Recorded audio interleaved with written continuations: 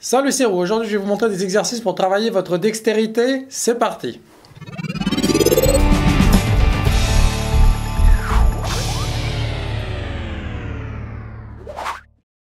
Bonjour à tous, j'espère que vous allez très bien. Aujourd'hui, nous allons travailler des motifs qui se répètent et qui se décalent sur la gamme de La mineur naturel. C'est-à-dire qu'on va avoir une forme avec un certain doigté et on va la décaler sur une octave supérieure et ainsi de suite. Dans notre exercice du jour, je vais vous montrer des motifs en double croche et en triolet et en sextolet.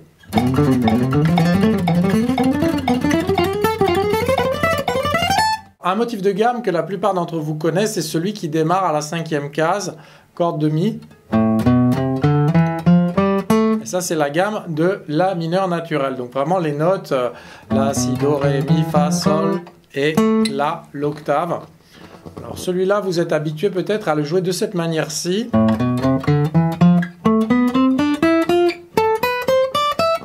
C'est-à-dire que vous allez jouer seulement 6 notes, puisqu'il y a une certaine logique, une certaine symétrie, et vous allez les répéter une octave plus haut. Alors ce motif-là, en général, il est relativement facile à apprendre, mais il n'est pas évident à jouer bien et à jouer rapidement. C'est-à-dire que si on veut le travailler, on va devoir s'exercer à enchaîner de manière la plus confortable possible et la plus transparente possible les 3 stations, c'est-à-dire ne pas s'arrêter après une station. Et ensuite, il y a 3 manières de le travailler. On peut le travailler en aller-retour, on peut le travailler en legato ou on peut faire un mix. Aujourd'hui, je vais vous le montrer en aller-retour. Donc ça démarre à la 5e case, corde de Mi grave, 5, 7, 8, avec les doigts 1, 3 et 4. On va jouer exactement la même chose, une corde plus bas, 5, 7, 8. Toujours avec ce même doigté. Alors ce qui rend la vitesse possible, eh bien, c'est justement d'avoir une répétition avec un doigté identique. Et on va bondir, j'allais dire, sur la case numéro 7 de la corde de Ré. On va jouer exactement la même chose. Donc là, ça va donner 7, 9, 10, 7, 9, 10. Alors vous allez me dire, est-ce que j'ai le droit de ne pas utiliser le petit doigt? Oui, absolument, vous avez le droit. Maintenant, qui peut le plus, peut le moins, c'est quelque chose que je vous ai déjà dit. Donc si vous utilisez tous vos doigts, eh bien, vous allez avoir au fur et à mesure de votre pratique et de vos années d'exercice de plus en plus de dextérité, de plus en plus d'aisance. Si vous ne travaillez que seulement 2 doigts, eh bien, ça va obligatoirement limiter votre jeu. Je sais très bien qu'il y a des guitaristes qui se débrouillent très très bien avec 3 doigts et je leur lève ma casquette. Maintenant, voilà, le but de tous ces exercices à la fin de la journée, eh bien, voilà, c'est de pouvoir se débrouiller le mieux possible dans des situations les plus variées possibles. Donc, c'est d'avoir cette polyvalence au niveau de ne pas être limité, voilà, avec vos doigtés. Donc la réponse était oui, vous pouvez utiliser le doigt numéro 3. Ça, je le ferais si j'avais un motif à 7 notes, c'est-à-dire que je rajouterais avec le petit doigt la case numéro 10. Ça ferait ceci. Alors là, j'ai quelque chose de super impair. Donc 1, 2, 3, 4, 5, 6, 7. Pas du tout. Quand vous avez affaire à ce genre d'exercice, basez-vous déjà sur le visuel, c'est-à-dire pour savoir combien de notes vous allez jouer par battement, voir combien de doigts vous avez par corde. Donc là, la logique, c'est de jouer des triolets puisqu'on a 3 notes par corde et 3 doigts par corde. 1, 2, 3, 1, 2, 3, 1, 2, 3, 1, 2, 3, 1, 2, 3, 1, 2, 3. On va le travailler ce motif en aller-retour strict. Je vais vous montrer une première fois au métronome à 60 BPM ce que ça donne donc en triolet. Donc nous avions 1, 2, 3, 1, 2, 3, 1, 2, 3, 1, 2, 3, 1, 2, 3, 1, 2, 3. Attention, je vais répéter ma dernière note pour repartir. 1, 2, 3, 1, 2, 3, 1, 2, 3, 1, 2, 3, 1, 2, 3, 1, 2. Vous allez le travailler comme ça plusieurs dizaines de fois. Tant que c'est nickel, vous pouvez augmenter la vitesse du métronome. On va le jouer à 80 BPM pour voir ce que ça donne. 1, 2, 3, 4. 1, 2, 3, 1, 2, 3, 1, 2, 3, 1, 2, 3, 1, 2, 3, 1, 2, 3.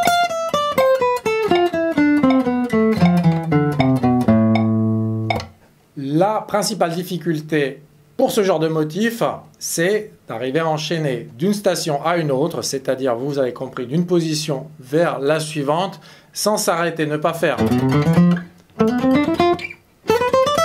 Ça, on n'en veut pas.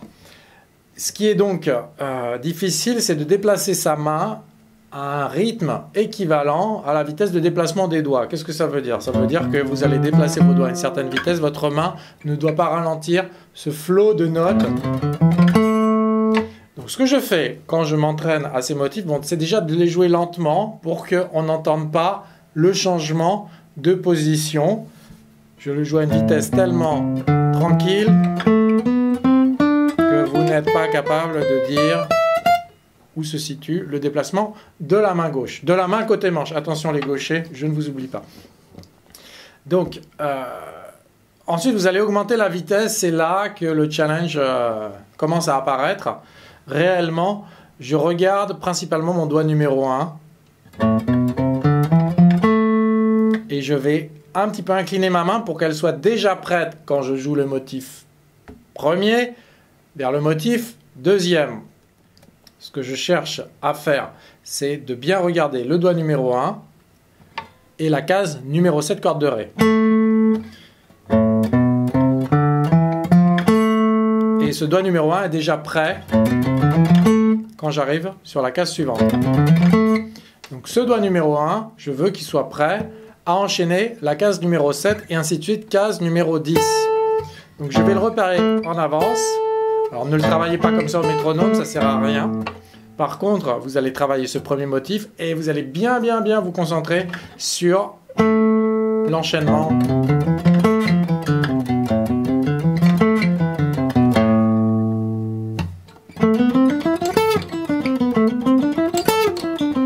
N'essayez pas de le jouer vite, hein. Ça, ce truc-là, je l'ai joué déjà un certain temps. Donc c'est normal que j'ai une certaine fluidité et c'est quelque chose que je continue à travailler. Au début, ce que vous voulez, c'est que les notes soient distinctes, elles soient séparées les unes des autres. Donc pas de... Ça, vous n'en voulez pas non plus. Quand vous êtes reparti donc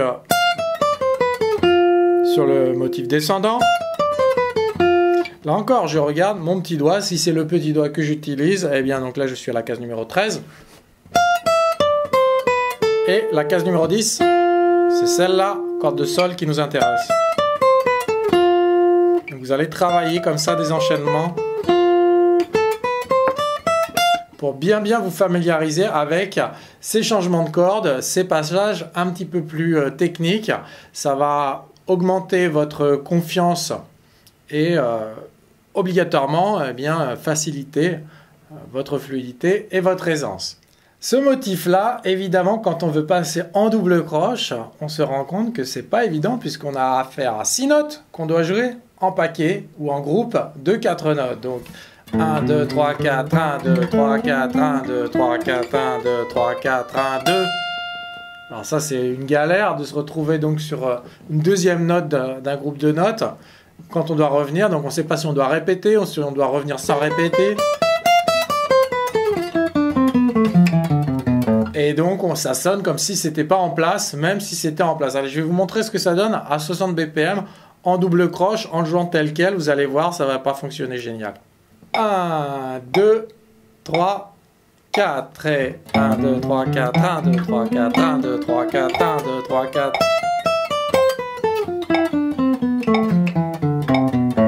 Vous voyez que le groupe de notes, je me retrouve avec des paquets qui ne tombent pas déjà sur le battement ou alors sur la fondamentale. En général, j'aime bien avoir mon temps fort donc sur ma note de La. Dans le cas que nous avons ici, vous allez vouloir jouer des groupes de notes avec une note forte qui arrive sur le temps. Comment le réaliser? Eh bien, c'est en jouant par exemple un motif comme ceci. Là, on a 1, 2, 3, 4, 1, 2, 3, 4, 1, 2, 3, 4, 1, 2, 3, 4, 1, 3, 4, 1, 2, 3, 4, 1, 2, 3, 4, 1, 2, 3, 4, 1, 2, 3, 4.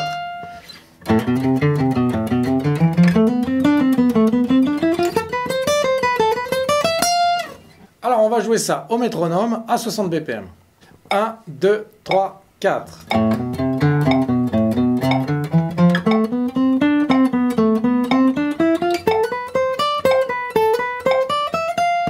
Nous avions donc un premier groupe de 4 notes, puis un groupe de 4 notes. Donc ça va faire 1, 2, 3, 4, 1, 2, 3, 4, 1, 2, 3, 4.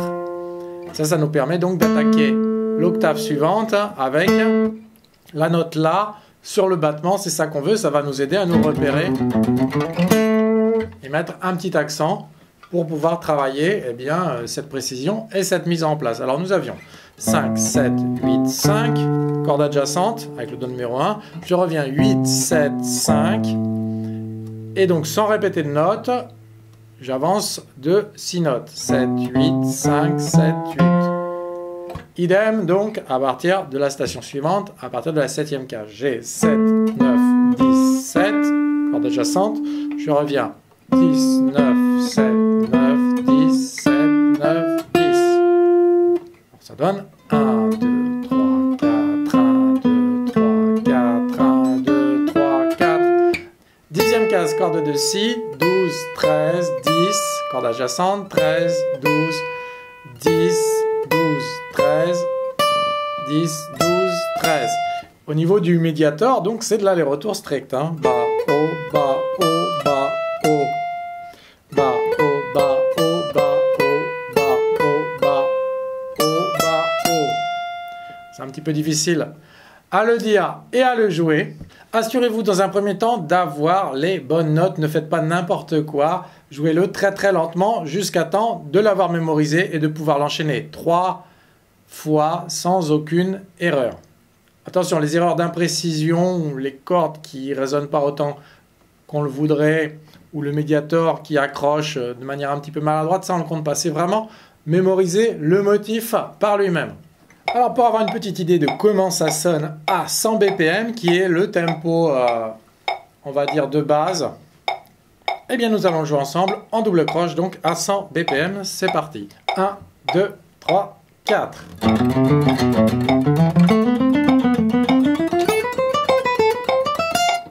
On n'oublie pas de revenir évidemment et de faire donc le même motif en mode inverse, c'est-à-dire 1, 2, 3, 4, 1, 2, 3, 4, 1, 2, 3, 4.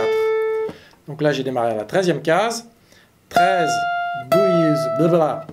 Là j'ai démarré à la 13e case, 13, 12, 10, 13, 10, 12, 13, 12, 10, 13, 12, 10.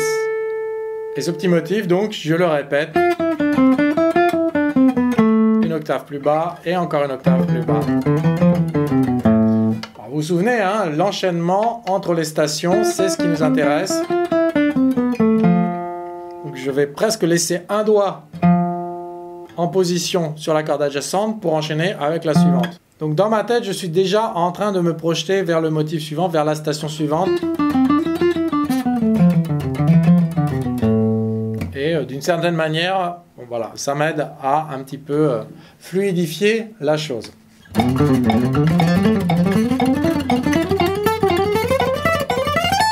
Donc ensuite, vous allez pouvoir le travailler en sextolé, c'est-à-dire des groupes de 6 notes par battement.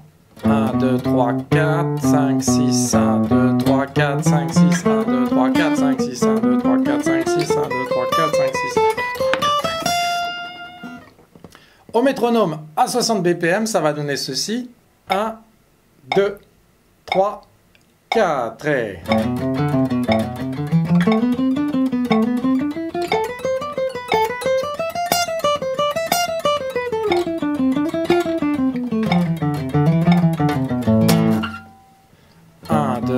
4, 5, 6.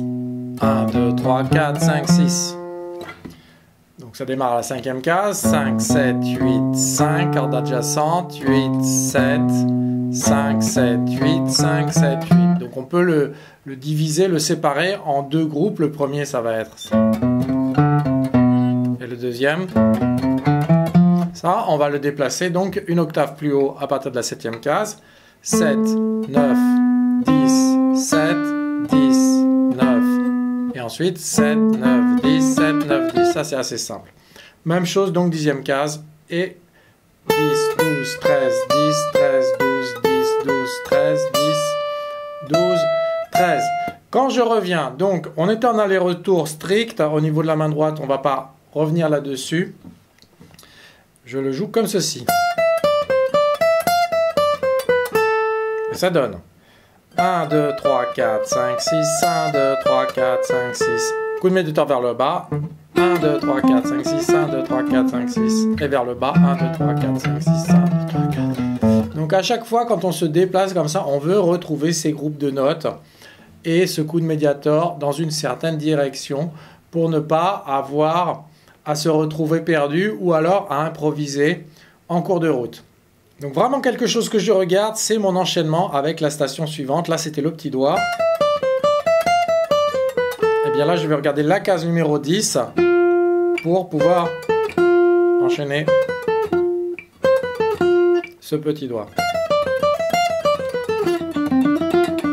Et la case numéro 8, donc mes yeux se concentrent vers ce changement. Ne soyez pas concentrés juste sur la chose que vous êtes en train de jouer à ce moment-là. Jouez également dans votre tête la station suivante pour ne pas être surpris au cas où, au dernier moment, donc à avoir à bouger votre main un tout petit peu plus loin que ce que vous aviez prévu ou ce que vous n'aviez pas prévu d'ailleurs, puisque en fait, si vous ne réfléchissez pas, si vous ne vous projetez pas donc sur l'ensemble du motif quand vous allez jouer, eh bien vous allez jouer le premier motif.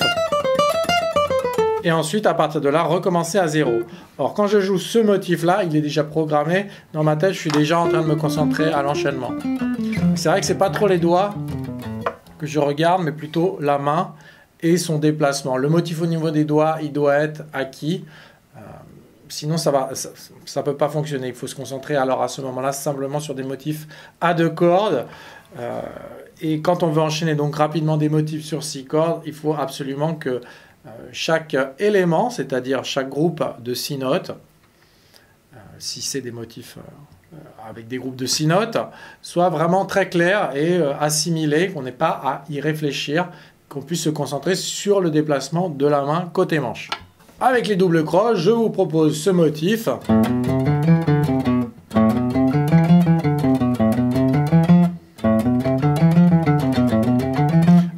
3, 4, 1, 2, 3, 4, 1, 2, 3, 4, 1, 2, 3, 4, 1, 2, 3, 4, 1, 2, 3, 4, 1, 2, 3, 4, 1, 2, 3, 4. Alors on va voir ce que ça donne à 60 BPM. 1, 2, 3, 4 et...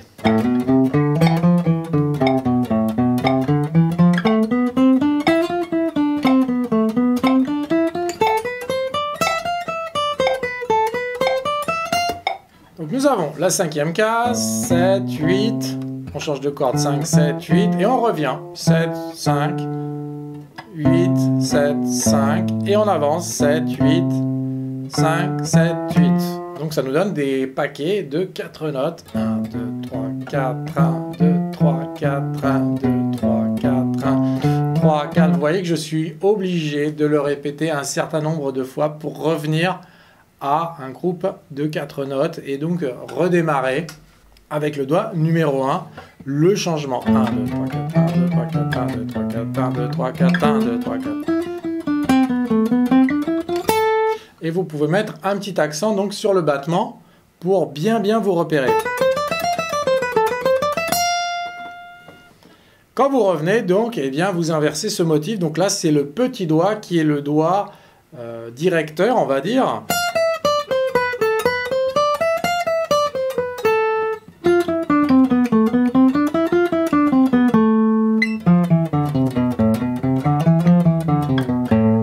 Donc 13e case, 12, 10, 13, 12, 10, on avance, 12, 13, 10, 12, 13, 12, 10, 13, 12, 10. Alors, c'est pas évident à tirer à jouer en même temps. Et donc, même chose ici. Donc, sur notre deuxième station et sur la troisième.